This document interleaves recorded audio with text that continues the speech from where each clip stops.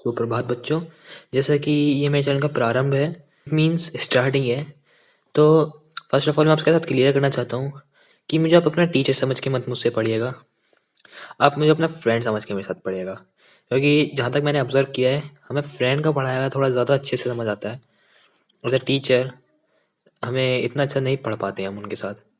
तो जैसे कि ये फर्स्ट वीडियो है, तो मैं आपके साथ पहले क्लियर करना चाहता हूँ। हम कोई घर बनाते हैं, सपोज हम कोई घर बनाते हैं, तो पहले फर्स्ट ऑफ ऑल हम उस घर की नींव ही तो रखते हैं ना बेटा। तो उसी तरह नींव मीन्स बेस। तो हम इस चैनल पर फर्स्ट ऑफ ऑल आपका बेस ही क्लियर करना चाहेंगे। एंड जो बेस मैं आपको क्लियर करने वाला हूँ, वो आपको कोई कहीं नहीं मिलेगा जहाँ तक मुझे पता है, क्योंकि बच्चों को बेस ही क्लियर नहीं होता है तो उन्हें समझ नहीं आता है। इसी वजह से हम पहले वो लैंग्वेज पढ़ेंगे जिस लैंग्वेज में सारी नॉलेज फिट है। ऑलमोस्ट वर्ल्ड की हर नॉलेज उसी लैंग्वेज में दी जाती है। Yes, I am talking about most dominate language, आपकी इंग्लिश। तो ठीक है बच्चों, हम स्टार्ट करते हैं।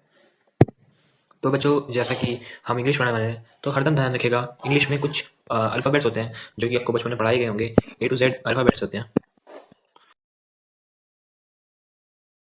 इन अल्फ़ाबेट से कुछ बनते हैं sentences, then means first of all बनते हैं words, then sentences and then paragraphs. तो इन सेंटेंसेस में एक नाउन होते हैं, इंग्लिश में नाउन्स होते हैं, यानी कि किसी पर्टिकुलर थिंग या प्लेस या व्यक्ति का कुछ नाम दे दिया हमने, जिसे हम हिंदी में कहते हैं संज्ञा का। ठीक है। तो किसी पर्टिकुलर थिंग का जब हम नाम दे देते हैं तो उसे हम नाउन कहते हैं। ऐसे ही नाउन यानी कि नाम हर जगह प्रयोग नहीं किया जा सकता, तो उसी वजह से हम यूज़ करते हैं प्रोनाउन, यानी कि आपका संज्ञा सर्वनाम का। ठीक है। तो वो प्रोनाउंस होते क्या हैं? देखिए, हर जगह जब हम सेंटेंसेस को मिलाकर पैराग्राफ बनाते हैं, तो उन पैराग्राफ में एक सब्जेक्ट यूज होता है जो कि काम करता है। अब जो काम करने वाला आपका करता है, वो हर जगह तो नहीं यूज होगा ना, उसका नाम हर जगह तो यूज नहीं होगा। तो इसी वजह से हम यूज करते हैं आपके प्रोनाउंस का, यानी कि इन प्रोनाउंस को हम तीन केसेस में बांटते हैं: nominative case, and possessive case, and objective case. इसके बारे में आपको बताने वाला हूँ। तो इन्हीं तो नाम को हम हर जगह तो यूज नहीं कर सकते। हर सेंटेंसेस में नाम ऑकवर्ड फील देगा, मीन्स अच्छा नहीं लगेगा, थोड़ा सा बेकार फील करेगा कि अगर हम हर जगह हर पैराग्राफ में सेंटेंसेस में नाम यूज कर रहे हैं। जस्ट सपोज आप राम ले लीजिए या फिर लक्ष्मण ले लीजिए, कोई भी आप सपोज रैंडम नाम ले लीजिए, तो हम उस नाम को अगर पूरे एक पैराग्राफ में रख देते हैं तो वो पैराग्राफ सही पैटर्न में नहीं लिखा जाएगा। ठीक है। उसकी फ्लो नहीं बैठेगी। तो उसी ही फ्लो को हम बिठाने के लिए यूज करते हैं कुछ प्रोनाउंस, उन प्रोनाउंस सेंटेंसेस को लिखने के लिए। ठीक है। तो उन्हीं प्रोनाउंस का पहला केस होता है एक नॉमिनेटिव केस। ठीक है, कर्ता कारक। अब कर्ता कारक में फर्स्ट ऑफ ऑल यूज होता है, मतलब तीन पर्सन होते हैं। देखिए, first person, second person and third person. ठीक है। तो ये तीन पर्सन होते हैं। ऐसे ही हिंदी में हमारे पास दो पर्सन होते हैं, जहाँ तक मैंने पढ़ा है। अभी तक फिलहाल हमने दो ही पर्सन पढ़े हैं, प्रथम पुरुष एंड द्वितीय पुरुष। ये दो पर्सन होते हैं। ठीक है। ऐसे ही संज्ञा, ऐसे ही आपका संस्कृत में भी तीन पुरुष होते हैं। पुरुष नहीं कह सकते, व्यक्ति मतलब कुछ होता होगा। ठीक है, मैं ठीक है। तो उसी तरह से फर्स्ट पर्सन में एक नॉमिनेटिव केस है। देखिए, फर्स्ट ऑफ ऑल मैं आपको दिखा देता हूँ। तो ये है हमारे पास कुछ केसेस हैं, जिन केसेस को आज हम पढ़ने वाले हैं। पहला होता है हमारे पास नॉमिनेटिव केस। ठीक है। नॉमिनेटिव केस में फर्स्ट ऑफ ऑल हमारे पास यूज होता है आई। आई मीन्स मैं। ठीक है। फर्स्ट पर्सन में यूज होता है, फर्स्ट पर्सन में यूज होगा। ऐसे ही हमारे पास सेकंड पर्सन होता है, फिर थर्ड पर्सन होता है। ठीक है। इसी तरह से हमारे पास थ्री पर्सन होते हैं, जिनमें फर्स्ट जो नॉमिनेटिव केस है, वो नॉमिनेटिव केस के फर्स्ट पर्सन में आएगा हमारे पास आई। आई मीन्स मैं। ठीक है। फिर हमारे पास आएगा वी। वी मीन्स हम। ठीक है। जैसे यूज कर लीजिए, सपोज इनको आप सेंटेंसेस में यूज करेंगे। ये आप कहते हैं मैं ये काम करता हूँ, आई डू दिस वर्क। ठीक है। जब आप आई का यूज करते हैं ना, मीन्स अपने लिए यूज कर रहे हैं, आप डिनोट कर रहे हैं अपने आप को। ठीक है। आप बता रहे हैं कि मैंने ये काम किया है, या फिर मेरे द्वारा ये काम किया गया है, या फिर मैं इस काम को करने वाला हूँ। कोई भी केसेस हो सकते हैं। उसी एंगल से थोड़ा सा नीचे आए तो हमें पता चलता है कि हमारे साथ भी कुछ लोग हैं, तो उन लोगों के लिए हम क्या यूज करते हैं? वी। ठीक है। तो वी के लिए क्या यूज करते हैं हम? मतलब हिंदी में हम एक वर्ड होता है जिसे हम डिनोट कर लेते हैं अपने साथी, संबंधी, या फिर कुछ फ्रेंड्स, मित्रगण। ठीक है। इनके लिए हम यूज करते हैं हम। तो हम की इंग्लिश क्या होगी? इंग्लिश में इंग्लिश क्या होगी हमकी? तो वो होगी वी। ठीक है बेटा, वी होगी फर्स्ट पर्सन के लिए। अब वी डू दिस वर्क। ठीक है, हमने ये काम किया। We are going to do this work, हम ये काम करने जा रहे हैं। ठीक है। ठीक है। तो इसी प्रकार से हम अपने वी का भी यूज करते हैं। तो ये हो गए फर्स्ट पर्सन के आपके। फिर हम अगर थोड़ा सा आगे चलें तो सेकंड पर्सन, यानी कि हमारे पास निकल कर आता है एक सेकंड पर्सन। तो उसी सेकंड पर्सन में क्या हमारे पास होता है? तुम। जब हम किसी दूसरे को डिनोट कर देते हैं, तुम या आप। देखिए, हम इंग्लिश में यूजुअली इन चीज़ों को डिनोट नहीं करते। हम यू एक वर्ड यूज कर देते हैं, इसमें कोई रेस्पेक्ट नहीं दी जा रही है। ठीक है। आप हिंदी में कितना प्यारा शब्द लगता है, आप। तो उसे ही आप या तुम दोनों एक ही माने जाएंगे। ठीक है। उसके लिए हम क्या यूज करते हैं? यू। यू यानी कि यू डिड दिस वर्क, तुमने ये काम किया। ठीक है। You are going to this work, तुम ये काम करने जा रहे हो। ऐसे ही हम यू का प्रयोग करते हैं बेटा। तो सेकंड पर्सन में सिर्फ और सिर्फ हमारे पास यू आएगा। थर्ड पर्सन में यू यानी कि आप और या फिर तुम। ठीक है बेटा, समझ गए? अच्छे समझ आए? समझते हैं इस बात को। आगे हमारे पास क्या यूज हो रहा है, ही यूज करेंगे बेटा। ही आता है हमारे पास थर्ड पर्सन में। तो थर्ड पर्सन में हम किसके लिए यूज करते हैं, इसका, ही का। ये होता है वह की इंग्लिश। तो वह की इंग्लिश के लिए हम क्या यूज करते हैं, ही। देखिए यूजुअली ना हम वह जो यूज करते हैं हम इससे लिंग का भेद नहीं कर पाते, यानी कि हम जेंडर्स का भेद नहीं कर पाते, जेंडर्स में डिफरेंस नहीं कर पाते हैं। लेकिन अगर हम मान लीजिए पूरा सेंटेंस ले, वह ये काम करती है, वह ये काम कर रही है, वह ये काम करने वाली है, तो हम वह ली से या फिर रही से ई की मात्रा से पता लगा सकते हैं, यानी कि यूजुअली लास्ट के वर्ड से पता लगा सकते हैं कि वो एक फेमिनाइन जेंडर है। देखिए बेटा, इतना निर्जीव वस्तु के लिए होता है यूजुअली। जैसे हम किसी चीज़ को इशारा कर रहे हैं, इट यह चीज़, ठीक है। वैसे तो ये तुम्हारा प्राकृतिक वस्तु यानी कि नेचुरल चीज़ों के लिए मोस्टली यूज होता है। इसकी ना अलग से सेंटेंस होते हैं बेटा, तो हम आपको आगे आने वाली वीडियोस में या फिर आने वाली नॉलेज में सिखाएंगे। देखिए हम ना आपको यहाँ सिर्फ नॉलेज के पढ़ाए, यहाँ कोई ऐसा मोटिव नहीं है कि हम आपको सिर्फ इसलिए पढ़ा रहे हैं कि बुक बेसिस। देखिए बच्चा, बुक को मेन नॉलेज पढ़ाती है हमें। हमें बुक क्या कहती है कि आप नॉलेज गेन कीजिए, कभी नहीं कहेगी कि आप नंबर लाइए या फिर नंबर क्रिएट कीजिए, ये नहीं कहती है बुक, या फिर ये कोई सी बुक नहीं कहती है। हाँ होंगी कुछ बुकें जो कहेंगे ऐसा कि आप ये स्कोर कीजिए, लेकिन यूजली आप सही बताऊं तो इसलिए पढ़िए कि आपको नॉलेज गेन करनी है।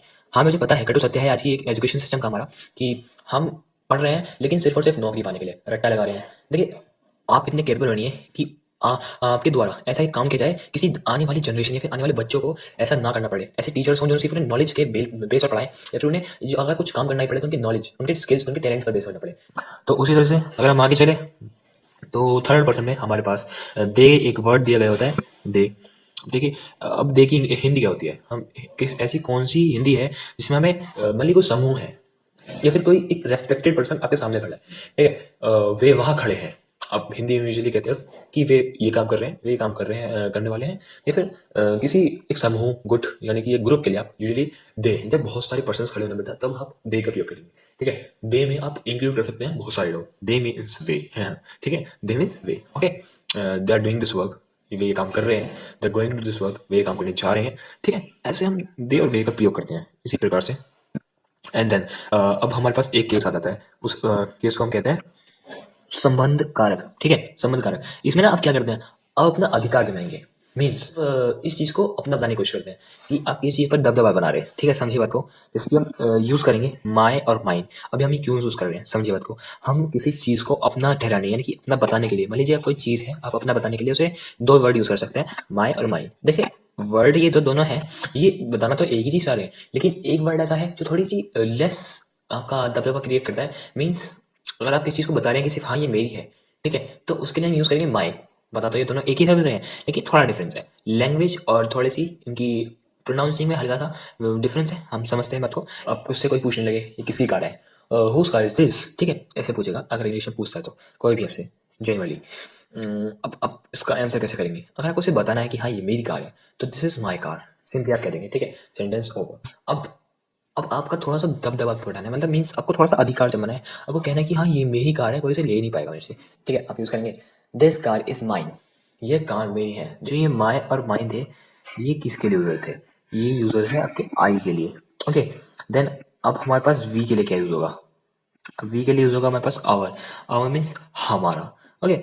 आवर मीन्स हमारा। मान लीजिए अब कई सारे दोस्त हैं, ठीक है, अब आपसे कोई पूछने लगे कि ये किताबें किसकी हैं, ठीक है। अब आप बहुत सारे दोस्त हैं, आपकी साथ में किताबें रखी हैं, तो आप कैसे उसको डिनोट करेंगे, दीज आर अवर बुक्स, ठीक है, ये हमारी किताबें हैं। अगर आप बहुत सारे लोग हैं, ठीक है, आप बताना चाहते हैं कि हमारी किताबें हैं, आप इंक्लूड करना चाहते हैं अपने साथ किसी दूसरे बंदे को, दूसरे व्यक्ति को भी, फिर दूसरे बंदे को भी, ठीक है, तो आप आवर का प्रयोग करेंगे। समझते हैं बात को, ठीक है, ठीक है भाई, यू और योर्स, ठीक है। अब हम किसी को बता रहे हैं कि ये आपकी चीज है, या फिर हम किसी से सवाल कर रहे हैं कि क्या ये आपकी चीज है, ठीक है, तो उसके लिए हम क्या यूज करते हैं, हिंदी में एक वर्ड होता है तुम्हारा, ठीक है, या तुम्हारी।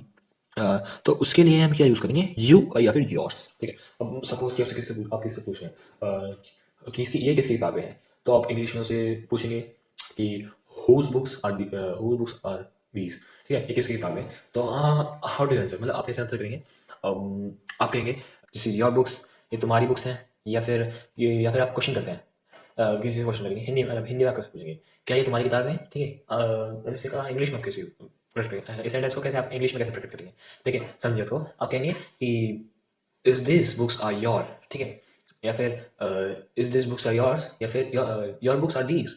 इस तरह से आप क्वेश्चन करते हैं इंग्लिश में। उसी प्रकार से अगर हम थोड़ा सा नीचे आए तो हमारे पास थर्ड पर्सन है। थर्ड पर्सन में अब हमारे पास क्या है, हिज मीन्स उसका। ठीक है, ये किस चीज़ के लिए यूज हो रहा है, देखिए ये हो रहा है पुल्लिंग जाति के लिए यूज हो रहा है। मैंने मैं आपको पहले बता चुका हूँ, मेल और फीमेल में डिफरेंस करती है इंग्लिश, ठीक है, जैसे ही और शी में करती है, उसी तरह से आपके हिज और हर में भी डिफरेंस हो रहा है, उसका या उसकी। ठीक है, यहाँ देखिएगा, उसका या उसकी। ओके, देन इसके बाद यूज होता है आपका इट्स। ठीक है, इट्स मीन्स इसका।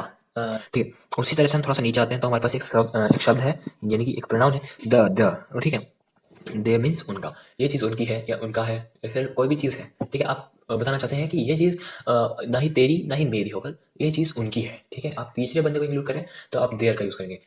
देन अब हमारे पास क्या यूज़ होता है, अब हमारे पास आता है ऑब्जेक्टिव केस। ठीक है, ऑब्जेक्टिव केस, ऑब्जेक्टिव केस में आपका क्या यूज़ हो रहा है, फर्स्ट पर्सन है, मी मीन्स मुझे, मी मीन्स मुझे या मुझको, मीन्स मुझे, मुझे ये काम है, मतलब मुझे ये काम करना है। ठीक है, आपसे कोई पूछने लगे कि यहाँ कौन है, तो आप कैसे उत्तर देंगे, इट्स मी मीन्स यहाँ मैं हूँ, ये या फिर ये मैं हूँ। ठीक है, आप मी का प्रयोग इस जगह पे करते हैं। ठीक है, आप आने वाले सेंटेंस में देखेंगे कि मी का प्रयोग कहाँ होगा, पैसिव में ज़्यादातर इसका यूज़ होता है। ठीक है, लेकिन हम आगे देखेंगे पैसिव क्या होते हैं एंड सेंटेंसेस क्या होते हैं। ठीक है, ये आने वाली बात है। देन अब फर्स्ट ही पर्सन के सेकंड वर्ड जो कि हमने पढ़ा था वी, ऑब्जेक्टिव केस में जितना पढ़ा था उसी का आप एक पार्ट पढ़ रहे हैं, अस। आपका कौन से पार्ट में, ऑब्जेक्टिव केस में। Okay, than us. ओके बेटा, अस हमारे पास हिंदी एक होती है हम, हमें सॉरी, हमें या हमको, हमको ये चीज़ चाहिए या फिर हमें ये चीज़ चाहिए। ठीक है बेटा, तो उस चीज़ के लिए क्या यूज होगा हमारे पास अस। ओके, समझिए बात को, अस। देन एक वर्ड और होता है, अब हम सेकंड पर्सन पे जाते हैं ऑब्जेक्टिव केस के। ठीक है, ऑब्जेक्टिव केस देखिए, समझिए बात को, नॉमिनेटिव केस के सेकंड पर्सन के लिए यूज होता है आपका you. Then you second person में। देन अब हम पहुंचते हैं थर्ड पर्सन में। थर्ड पर्सन में ही और मैं समझा था आपको कि ही और शी में ये फिर डिफरेंस होता है। मीन्स ये जो ही होता है ये पुल्लिंग जाति के लिए, यानी कि पुरुष जाति यानी कि मेल जेंडर के लिए यूज होता है, एंड देन शी जो होता है फीमेल जेंडर के लिए यूज होता है। ये फर्स्ट वर्ड में क्या आएगा, हिम मीन्स उसे। ठीक है बेटा, हिम मीन्स उसे।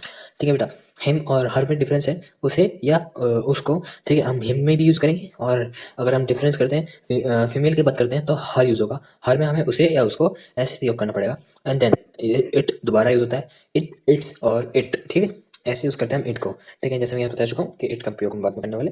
ठीक है, फिर हमारे पास यूज़ होता है देम। देम मीन्स उन्हें या उनको, उन्हें याद देखिएगा, उन्हें या उनको, देम मीन्स उन्हें। देन कुछ वर्ड होते हैं हमारे पास जैसे कि ये वर्ड्स हैं, ये वर्ड्स है हमारे पास, दिस मीन्स ये। मान लीजिए सपोज आपके पास कोई पेंसिल रखी है। ठीक है, अब उस पेंसिल को आप डिनोट कैसे करेंगे, अब हिंदी में तो सब सिंपली कह देंगे कि ये मेरी पेंसिल है, या फिर ये मेरी पेंसिल है। ठीक है, यह मेरी पेंसिल है। अब उस चीज़ को हिंदी में कैसे, इंग्लिश में कैसे डिनोट करेंगे। मान लीजिए कोई एक सिंगल थिंग है, सिंगल थिंग आपके पास रखी है। ठीक है, आपको कोई समूह में नहीं रखी है, मतलब कोई सी चीज़ ग्रुप में नहीं रखी है, तो उसे आप अच्छे से डिनोट कर सकते हैं दिस से। ठीक है, दिस का प्रयोग करेंगे आप उस चीज़ को डिनोट करने के लिए, दिस इज माई पेंसिल या फिर दिस इज माई पेन। कोई भी सपोज आपके पास कोई भी थिंग रखी है वो एक में है, तो आप दिस का प्रयोग करेंगे। मान लीजिए पास में रखी हुई वस्तुएं, सॉरी, पास में रखी हुई वस्तुएं, तो उन पास में रखी वस्तुएं बहुत सारी हैं। ठीक है, समूह में है, समूह में है। ठीक है, और वो पास में रखी हैं।